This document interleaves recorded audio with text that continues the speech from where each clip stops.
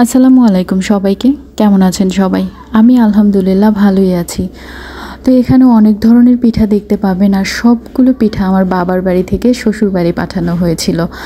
আর এখানে কিন্তু মানে ক্যামেরায় দেখেও বোঝা যাচ্ছে না কতগুলো পিঠা এখানে। এখানে মনে হয় 15 কেজি ময়দার, আমি একটু ধারণা দিয়ে দিচ্ছি, 15 কেজি ময়দার পিঠা এখানে বানানো। তো তাইলে আপনারাই বুঝে নেন যে কত ধরনের পিঠা এখানে, এবং এই সমস্ত পিঠা বানানোর জন্য কত কি খরচ হয়েছে, কি হয়েছে না হয়েছে এগুলো আসলে আমি শিওর জানি না, তবে আইডিয়া করতে পারবো আর কি। কারণ এই পিঠায় অনেক কিছু ইউজ করতে হয়। তার মধ্যে সবথেকে দামি যে জিনিস সেটা হচ্ছে ভালোবাসা, মায়া, স্নেহ, এগুলো থাকতে হয়। আসলে এই মানুষের মন থাকলে আর যদি শখ থাকে তাহলে অনেক কিছু সম্ভব, এটা আমি বিশ্বাস করি। কারণ আমার আব্বু আম্মু এতটা শৌখিন যে তারা আসলে কম জিনিস কখনো দেখতে পারে না, এবং কোনো জিনিস খাওয়ার জন্য খায় না, তারা টেস্ট নিয়ে স্বাদ নিয়ে খায়। একটা খাবার স্বাদ করার জন্য যত যা দরকার তারা তাই ইউজ করে। যেমন এই পিঠা অনেকে শুধু একটা দুইটা ডিম দিয়েও বানিয়ে ফেলে, কিন্তু এখানে আমার আম্মু বা আব্বু কিন্তু মনে হয় 150 থেকে 200 ডিম ইউজ করেছে।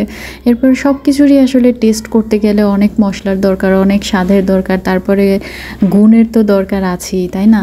তো এরপরে যেহেতু দুধ দিয়ে জাল করতে পারে নাই, কারণ এটা বরিশাল থেকে চিটাগং আসছে, দুধ দিয়ে জাল করে দিলে আসলে নষ্ট হয়ে যেত। তা আমি এখানে খুব এক্সাইটেড হয়ে দুধ দিয়ে জাল করে নিচ্ছি কিছু।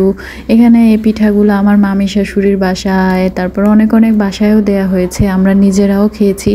আর এই জিনিসগুলো সারা জীবন মেমোরি হয়ে থাকবে যে বাবা মায়ের ভালোবাসাটা আসলে কতটা গুরুত্বপূর্ণ।